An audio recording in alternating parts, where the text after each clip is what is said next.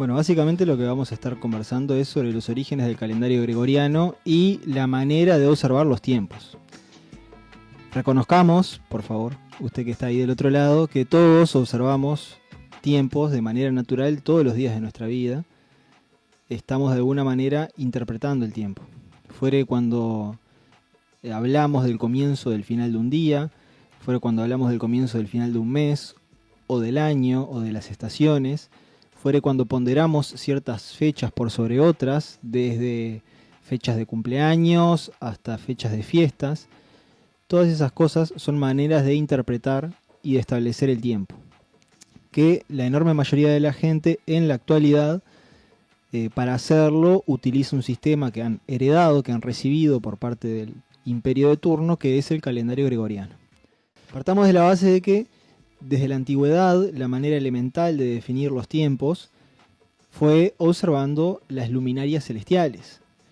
Y esto tiene que ver con que antes de que existiera el ser humano, antes de que pronunciara palabra alguna, ya había un lenguaje celestial sobre cómo establecer los tiempos a través de las luminarias celestiales, el sol, la luna y las estrellas. Estas luminarias hablan de por sí sobre la manera de medir el tiempo. Y es a través de su observación que en la antigüedad se establecieron las primeras formas de interpretar la manera de medir el tiempo. Habiendo cambios introducidos deliberadamente por poderes de turno, y el calendario gregoriano es la continuación de una serie de calendarios romanos que nunca respondieron a la observación. ¿Y por qué es esto importante? Porque para quienes consideramos que hay un hacedor de los cielos y la tierra, lo cual es evidente a través de la observación de la creación, si nosotros queremos conectar, más allá de todo lo que podamos estar de acuerdo o no sobre cómo conectar, en lo que refiere a la forma de medir el tiempo, no hay manera de hacerlo sino la de utilizar lo que el propio hacedor de los cielos y la tierra estableció como varas de medir el tiempo, que son las luminarias celestiales. Por eso todos los pueblos antiguos las utilizaban, hasta que eso empezó a cambiar. Y esta es una manera concreta de conectar, a través de la observación propia, no a través de intermediarios, sino la observación propia de cada uno de los tiempos, puestos para todos. Ahora, cuando se introducen poderes que pasan a establecer a conveniencia propia maneras de medir el tiempo ajenas a la observación, lo que se está haciendo es interponer entre la conexión directa de la obra que hizo el hacedor y del que observa esa obra para poder comprender el lenguaje que el hacedor de los cielos y la tierra está dando a través de sus luminarias.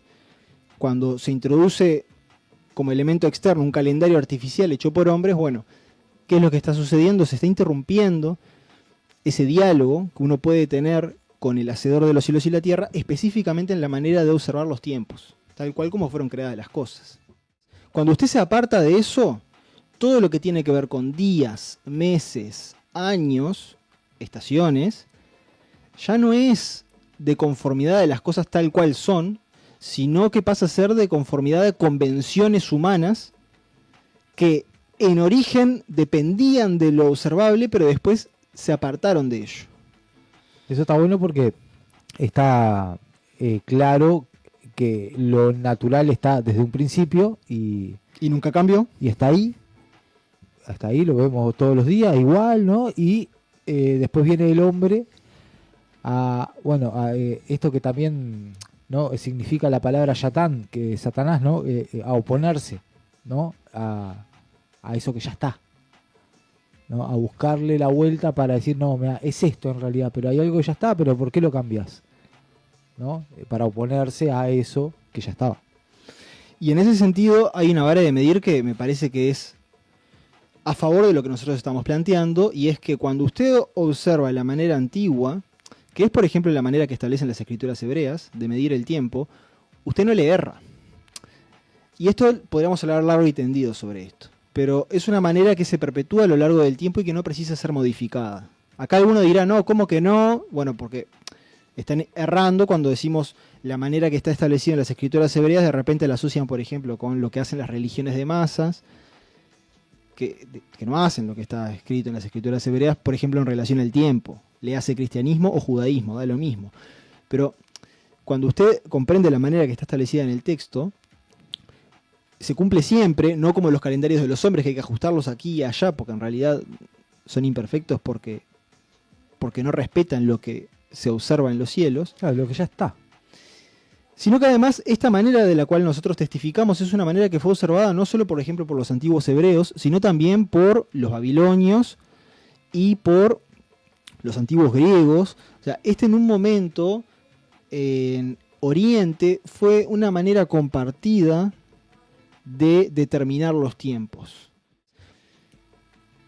Entonces, lo que me parece importante es recalcar cuáles son los orígenes del calendario actual, para ver que no solo es que está, digamos, mal, o sea, no solo no refleja lo que es natural, lo que es observable, sino que nunca lo hizo.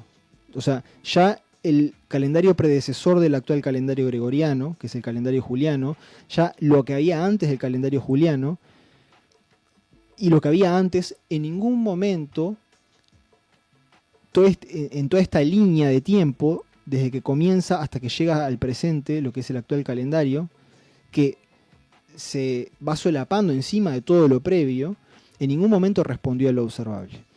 Y esto es importante recalcarlo porque es como un ejemplo paradigmático de lo que es un calendario de hombres propiamente dicho. Los orígenes del calendario actual se remontan al antiguo calendario romano. Los romanos tenían una particularidad en el Antiguo Oriente.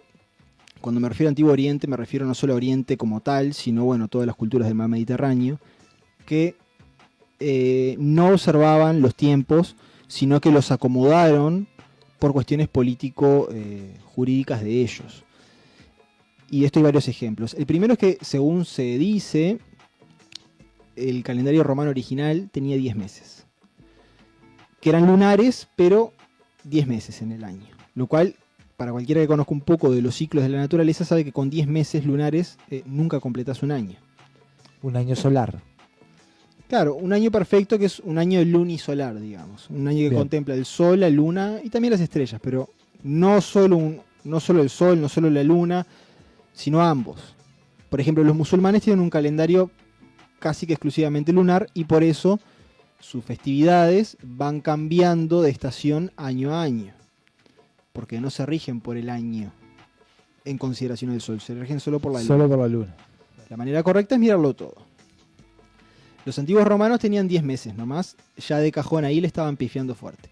Supuestamente Numa Pompilio, un supuesto rey, sucesor de Rómulo, fue el primero en agregar 2 meses, como para que tenga un poco más de sentido el calendario, a los 10 que tenía Roma en su momento. Esos 2 meses que se agregaron fueron enero y febrero. Lo que actualmente se conoce como enero y febrero es algo ya que recibe ese nombre de los antiguos romanos. Esta es la manera común de medir los meses en la antigüedad, según la luna. Y los días del mes eran los días de la luna. Los romanos no observaban a tal punto que ya tenían fijos cuáles eran los días de cada mes. Tenían meses de 29 días, tenían meses de 30 días, de 31 días, ya previsto de antemano. Siendo que el mes originalmente viene de la observación de la luna en las culturas antiguas, y que los romanos también parten de esa base, el hecho de que sus meses tuvieran días fijos ya da una pauta de que ellos en realidad no se basaban por la observación, dejaron de hacerlo. Esta es la manera de ellos determinar el inicio del día, es la manera de determinar el inicio del día en la actualidad. Esto es una herencia romana, esto no era una costumbre de otros pueblos. En el sentido de que los romanos fueron los que establecieron que el día termina y empieza a medianoche. Una costumbre que es de ellos, no era de los griegos antiguos, no era de los babilonios, era de los romanos. ¿Por qué? Bueno, el día en las culturas antiguas empezaba y terminaba al atardecer. Así es, por ejemplo, en las escrituras hebreas. Hay una señal observable. Es más, al periodo del atardecer en hebreo se le llama Erev, que significa mezcla, y es la mezcla que finaliza un día y da inicio al otro. Establecer la medianoche el cambio de día, no hay señal observable para eso.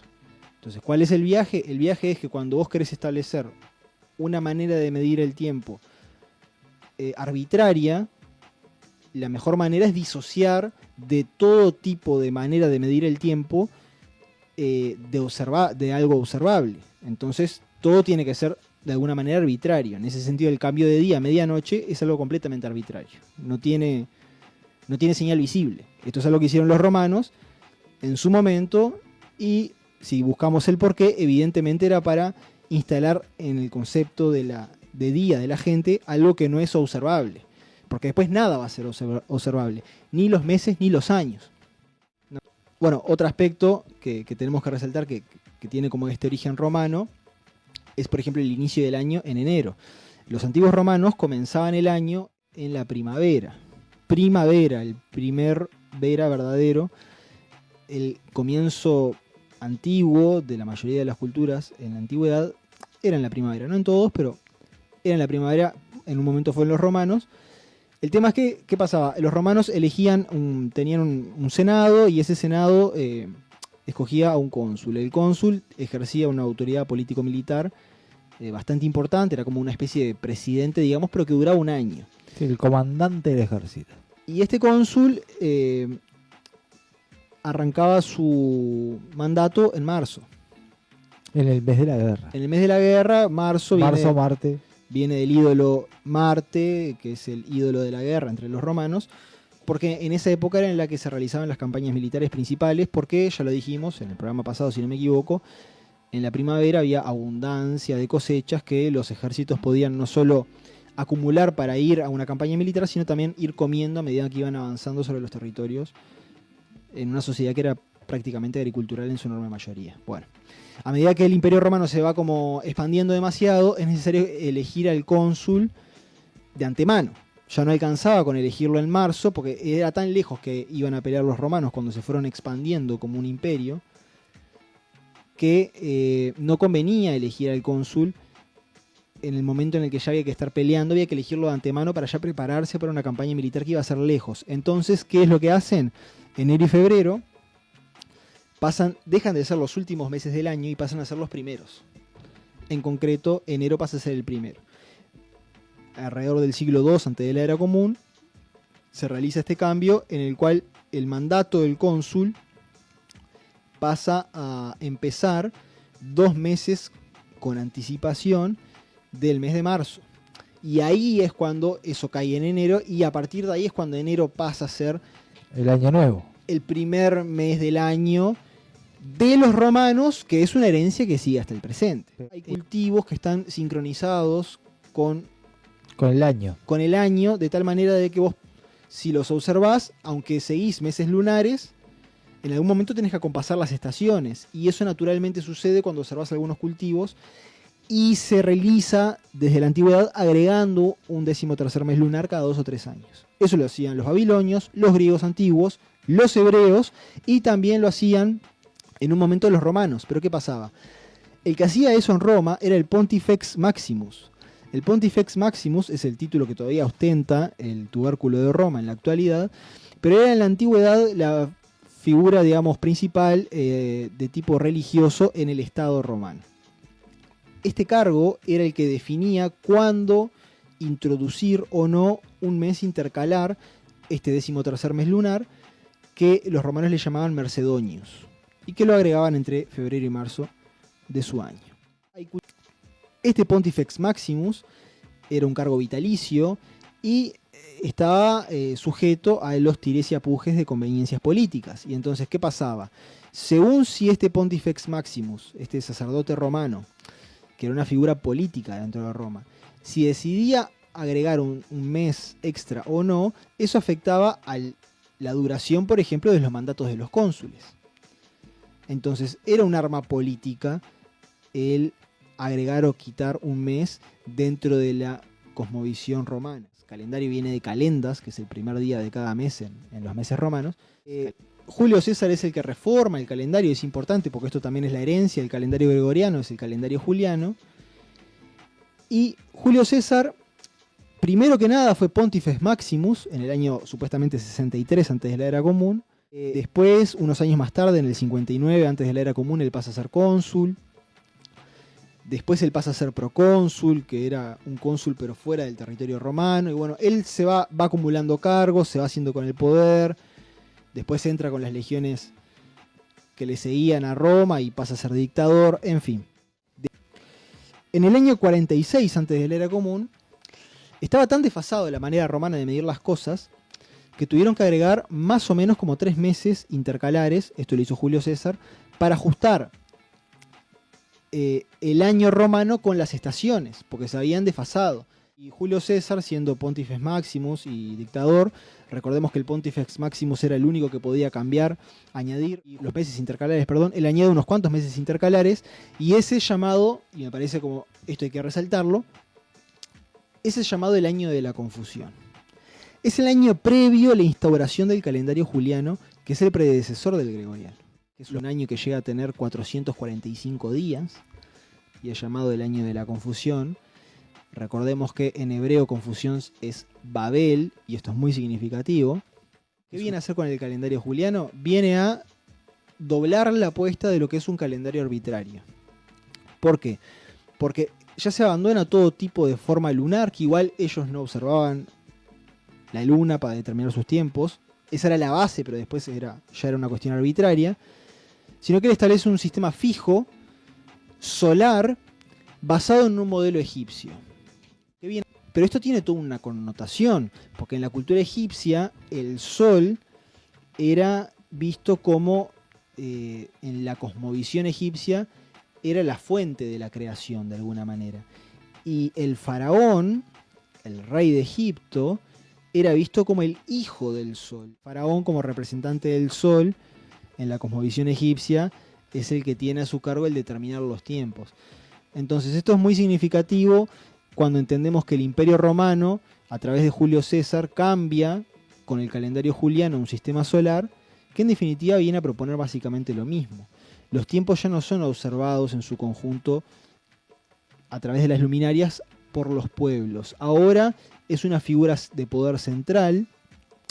En Egipto era el faraón, acá va a ser el emperador de Roma, el que va a fijar los tiempos que van a ser fijos y disociados de la observación. Faraones sometidos de Roma, porque después Roma impone esto sobre todos los pueblos y todos los pueblos pasan a tener esta manera de medir el tiempo. La semana ya no va a ser un cuarto de los 4 cuartos de luz observable de la luna, ya no va a partir de ese, no, ahora van a ser un continuo de 7 ininterrumpido. El inicio del día ya no va a estar fijado por algo visible, va a ser solo en la medianoche. El cambio de año, predeterminado en su número, y todo esto por una figura central. Bueno, Constantino el Grande, una de las cosas que hizo fue agarrar el calendario juliano y fijar, por ejemplo, las fechas, una fecha bíblica en concreta, la de la Pascua, la de Pesaj, el Pesaj bíblico, lo fijó sobre la base del calendario juliano, abandonando la manera de que esta fiesta es observada según las escrituras hebreas y fijándola sobre el marco del calendario juliano con un criterio propio. Esto es muy significativo porque Constantino el Grande, como todos los emperadores posteriores a Augusto César, tiene a su vez el título de Pontifex Maximus, es decir, aquel que en la antigua Roma determinaba cuándo agregar un mes intercalar al calendario para acompasarlo la luna y el sol. O sea, acá tenemos a Constantino el Grande ejerciendo este rol de emperador y de Pontifex Maximus, de sumo pontífice romano, metiéndose con las fiestas de las escrituras hebreas, disociándolas de las maneras observacionales de las escrituras hebreas y acompasándolas al calendario juliano en este intento de que las escrituras hebreas sean licuadas, reprogramadas como religión de masas y ofrecidas a través del poder imperial romano como un elemento unificador del imperio. Bueno, en ese sentido establecieron que la Pascua se iba a determinar, no ya según la manera de las escrituras hebreas, sino en el domingo, luego de la luna llena del equinoccio de primavera del hemisferio norte, y si llegaba a coincidir con la Pascua, según según los que observaban el camino de las escrituras hebreas, se pasaba para el domingo siguiente. No vaya a coincidir ni en pedo. Y en 1582, en la época de Gregorio XIII, sobre el cual vamos a estar diciendo algunas cositas, ¿qué pasaba? Como este sistema solar del calendario juliano no es la manera correcta de observar las luminarias, este sistema tenía un desfasaje. Y ese desfasaje generó que para 1582 el equinoccio de primavera ya no caía en el 21 de marzo, como estaba previsto, en el hemisferio norte, sino que caía 10 o 12 días antes, en torno al 10 o al 11 de marzo, ya no recuerdo bien. Entonces eso generaba que ya no se podía observar la Pascua según se había establecido antiguamente en el concilio de Nicea por Constantino el Grande. Entonces, ¿qué es lo que me parece interesante? Bueno, enganchando un poco con lo que dije antes de cómo en el antiguo Egipto, porque el calendario juliano se basa en un sistema egipcio, el faraón como representante del sol establece un sistema fijo, humano, de autoridad centralizada, ajeno a la observación, cómo son representados después a partir de Constantino y de la cristianización del Imperio Romano los emperadores y después los tubérculos de Roma, bueno, con un halo solar, ¿no?, que está detrás de su cabeza, o sea, son los representantes del ídolo solar, ¿no? Tiene más que ver con Egipto que con cualquier cosa de las escrituras hebreas. Bueno, entonces Gregorio XIII en 1582 lo que hace es establecer el calendario gregoriano a través de una bula papal. La bula era una especie de edicto papal. ¿Gregorio dijiste? Gregorio XIII, que se llamó la bula Intergravísimas. Esta bula Intergravísimas básicamente establece una serie de modificaciones al calendario para acompasarlo a las estaciones nuevamente, porque como no es un calendario observacional, sino que es un calendario de hombres, cada tanto hay que acompasarlo, porque no coincide con la naturaleza. Y entonces, bueno, estaban en una fecha del calendario y después dijeron, no, hay un montón de días que vamos a borrar de acá, pasamos directamente a tal día para volver a compasar. Y ese es el calendario heredado actualmente. Es un calendario establecido por un tubérculo de Roma. Entonces fíjese usted que tiene un montón de prejuicios para con, no solo con la Biblia, sino particularmente para con la iglesia. Y el inicio, cuando usted dice feliz año y todo lo demás, o sea, es una herencia que viene de un tubérculo de Roma, de un papa de la iglesia romana. Y tan grotesco es todo esto que en pantalla están viendo una imagen que es una especie de representación moderna del escudo de armas de este papa, de este tubérculo de Roma, del cual hay mucho testimonio. Vamos a estar viendo otras imágenes también, porque este escudo no es este loguito que aparece en Wikipedia, sino que hay mucho testimonio arqueológico de cómo este era efectivamente el escudo de armas de este tubérculo de Roma, en particular de Gregorio XIII, el que estableció el calendario gregoriano. Es muy curioso cómo su escudo de armas, la figura central del escudo es un dragón alado. ¿Y cuál es el punto con esto? El punto con esto es que en la perspectiva de las escrituras hebreas, del texto bíblico, está muy claro quién es el dragón.